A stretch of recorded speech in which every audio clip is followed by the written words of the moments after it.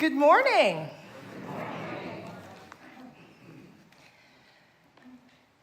My name is Sonya Tinsley-Hook. I'm a lay minister here at UUCA. In my earliest days of becoming a mom, I wondered what kind of mom would I one day become? Because one of the things I learned from my own mother, who happens to be here with me today, Margaret Tinsley, and it's also her 85th birthday.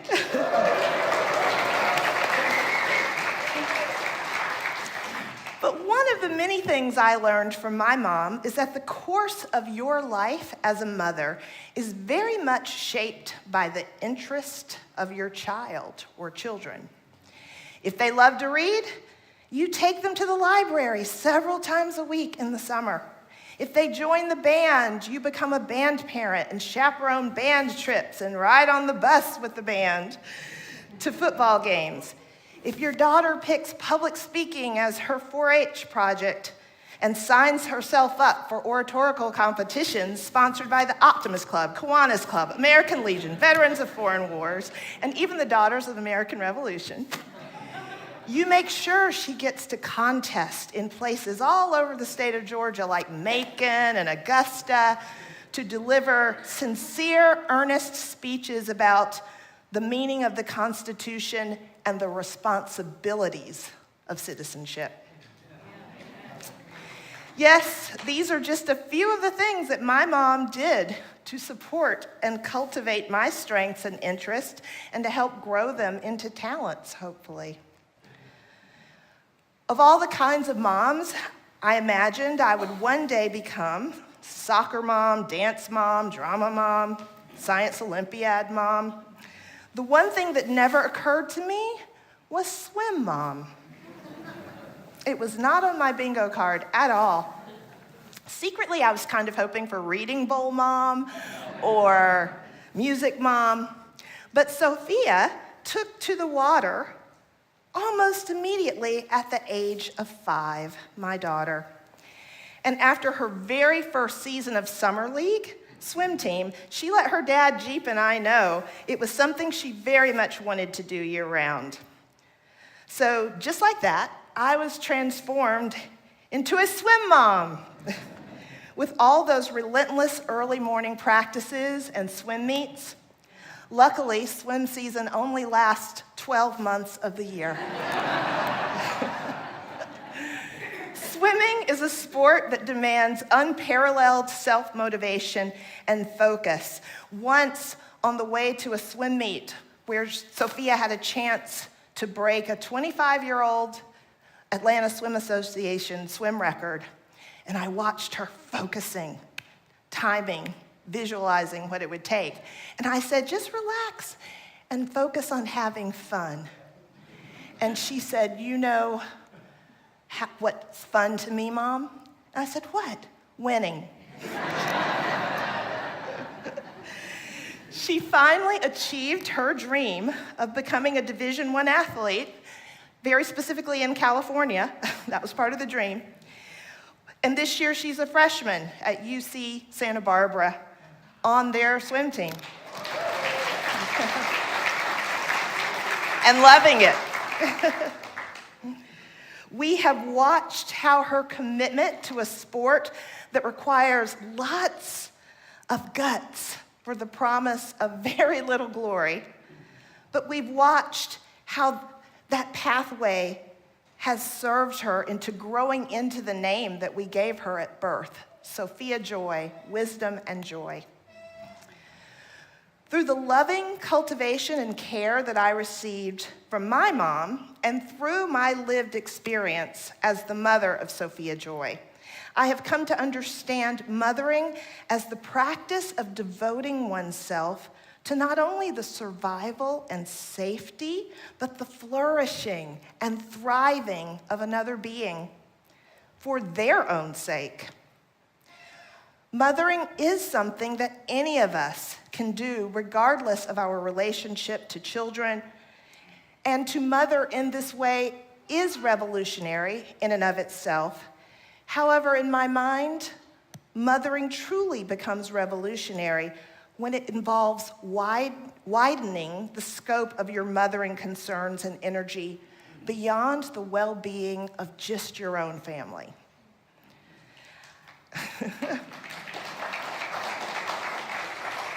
Ironically, if there's been a place where my mothering might potentially be described as revolutionary, it has been through my life as a PTA mom. Admittedly, there are always some PTA volunteers who do what they do because it gives them the inside scoop on what's happening at the school. But more often than not, in my experience in our public schools, and I was a PTA officer from pre-K through senior year, every year. But more often than not, I have found that PTA volunteers have lived up to their motto, every child, one voice, and the official vision of National PTA, which reads, to make every child's potential a reality by engaging and empowering families and communities to advocate for all children. PTA was actually founded in 1897 in Washington, D.C. as the National Congress of Mothers. And throughout the years, I know, right? And throughout the years, it has been a key civic institution advocating legislation for the creation of kindergarten classes, child labor laws, public health service, hot school lunch programs, mandatory immunization, arts and education, establishment of juvenile justice system, school safety and gun control, and fighting against the efforts to defund public schools. As you can imagine, the far right does not really care for PTA and continues to encourage local units to withdraw from the larger national advocacy organization and instead form independent PTOs that only focus on raising money for a better playground at your own school. Over the years, when I have missed Sophia's swim meets, or when I have been late picking her up from practice, it was often because I was doing something at her school or even some other school in our county on behalf of PTA. Because revolutionary mothering often requires a difficult balancing act between focusing on your own child and focusing on the needs of all the children in your school or community. Many moms, dads, guardians, but honestly, mostly moms, understandably find the stress of it all to be too much and quit their PTA roles to focus more on their own families. And that can be understandable. However, I found that being a PTA mom strengthened me as a person, as a leader, and as a mom. I have also met some of the most delightful, inspiring people in my community, not only through UUCA here, but also PTA. Most people have no idea how much happens or does not happen in a good public school because of the presence of or the absence of a healthy, high-functioning PTA. Not to mention the extra funds PTAs provide to help our schools obtain even the most basic resources like copy paper, light bulbs, and postage stamps. Stuff like that's in the PTA budget. But imagine how revolutionary it would be if we once again envisioned ourselves as the National Congress of Mothers, ready to step up to make sure our official Congress pays attention to and acts on what is truly needed to make sure every one of our children can thrive. As much as I want Sophia to remember that I was at almost every one of her swim meets, cheering her on, I want her to remember why I was sometimes not there and why. Being a PTA mom allowed me to help build and protect the village it takes to raise a child and help her become the confident young woman that she is today. It's been a way to show her how community and democracy is both made and sustained, just like at UUCA. PTA has given me hope in and proof of the power of coming together with other people to make things happen for our common good. In fact, I think that's the only way good things ever really happen. This has been my own way, my own small way, to practice UUPTA Swim Mom revolutionary mothering. May it be so.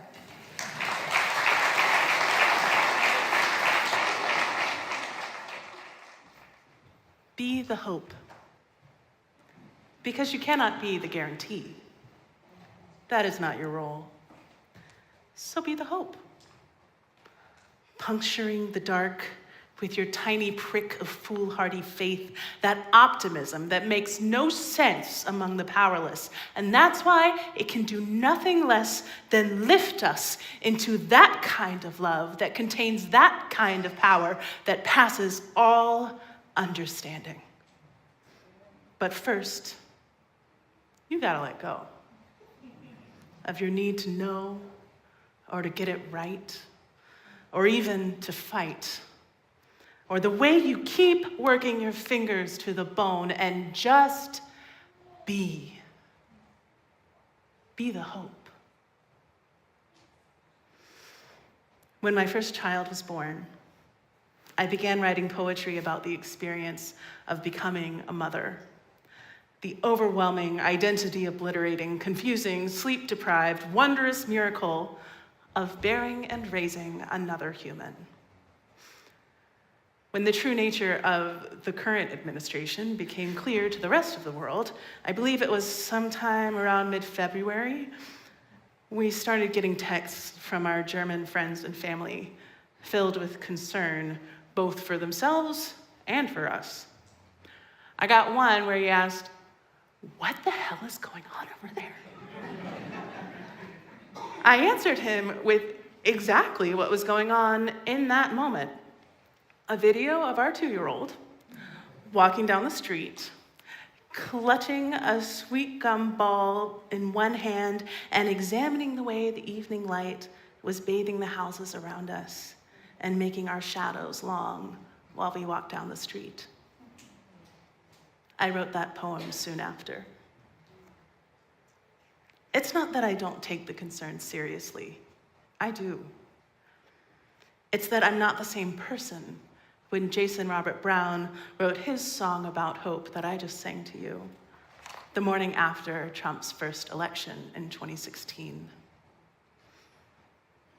I can't give my energy to the circus anymore.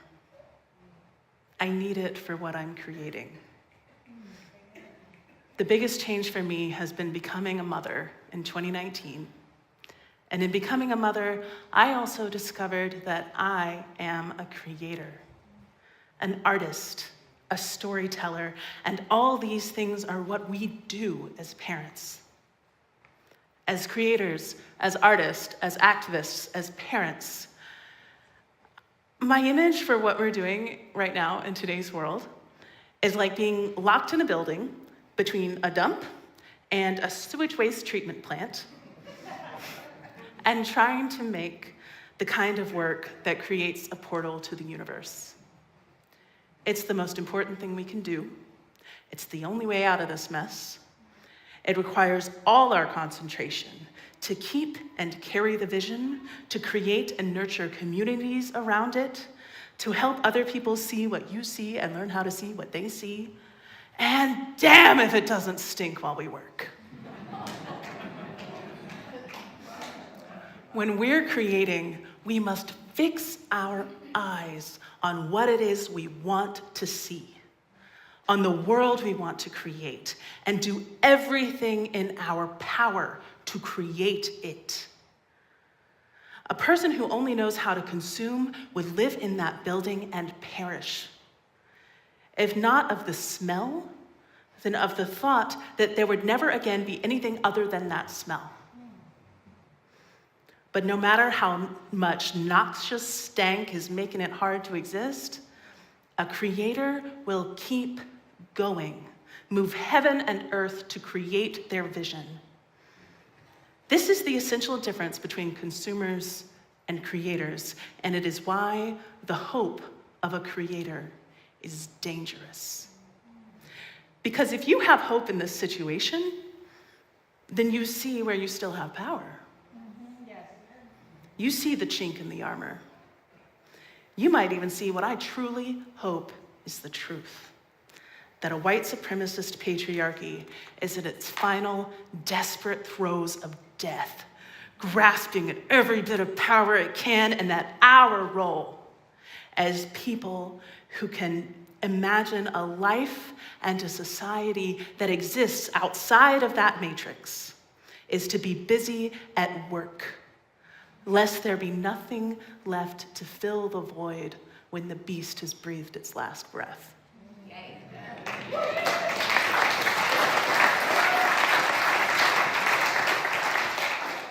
This is who we are as parents. Our situation necessitates it. We are the artists of our children's reality. I remember when I first became a mom, how inadequate I felt. How impossible it seemed to me that a person of my dizzying degree of incapability could keep another human alive. And oh my God, what was I thinking? A few months of postpartum depression aside, I don't think I got over that nagging feeling until about a year ago. But you know what? Something primal in me knew, still knows, that even if I didn't think I could, it didn't matter. I needed that baby to live more than I needed to prove the truth of my inadequacy. We can keep going. We can hold the vision for the world we know can exist. We can support each other in all of the large and small ways we are able to subvert and transmute all the stank being thrown at us. Because we must. We must create spaces where our kids can live into a context of love and community and understanding. One that understands the history we've come from and teaches our kids the power they have to help heal it. One that keeps going even when we don't know what will happen next. UUCA, you have to know that you are that for my family and for many other families. So in closing, I want to send you off with another poem I wrote while I was pregnant with our second son, learning one of the greatest lessons our children have taught us, how to keep going in the face of uncertainty. What I know. Here's what I know. Keeping me afloat, building me a raft in the sea of what I don't know, which is almost everything there is to know. But here's what I know. You will be magical. Your life, your being will be like none we have ever known, and it will break me open. And for a time, I may simply fall apart, and that's okay. Putting myself back together, reassembling not according to old blueprints, but to what now fits together, I know, is part of the process. As you come into our lives and teach us how to breathe, how to love, how to exist, how to move, how to see, how to feel, how to float on that raft. Captains in the sea of all we do not know.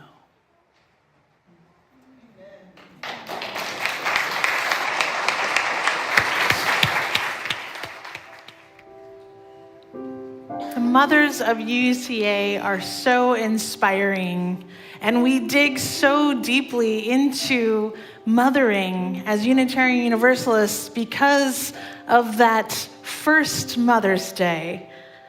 Julia Ward Howe, who created the Mother's Day proclamation, Arise Mothers. It was a proclamation of peace. We will not let our sons grow up to be soldiers and die in your wars any longer. Yes, she was a Unitarian Universalist talking about revolutionary mothering, birthing a new world into being in a unity of motherhood, in the ways we all nurture community. It is our choice and our decisions to nurture that community that makes us a part of this network, along with those radical revolutionary mothers of long ago who are a part of our Unitarian Universalist faith tradition. And our flower communion, also a part of our tradition that celebrates the beauty of each one of us, the way a mother celebrates our unique beauty. Our flower communion shall begin, representing our beautiful uniqueness, joining together in a larger bouquet of splendor. It is our particularity that makes the whole community beautiful.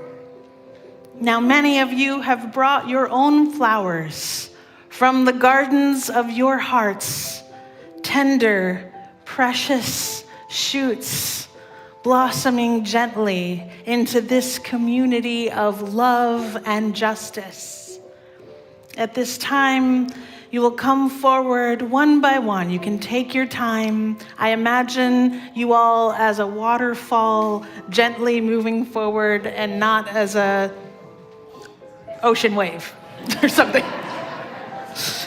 So come one by one and take a flower of your choosing, a flower which is a piece of someone else's heart in this community, a piece of their hope for this hurting world, a piece of this precious faith. Take it with you and keep it, bring it back into your own home and your own heart and nurture it there. So come on down, one by one, silently take a flower and go in peace and love as you go out into the greening world, into this verdant day we have been given.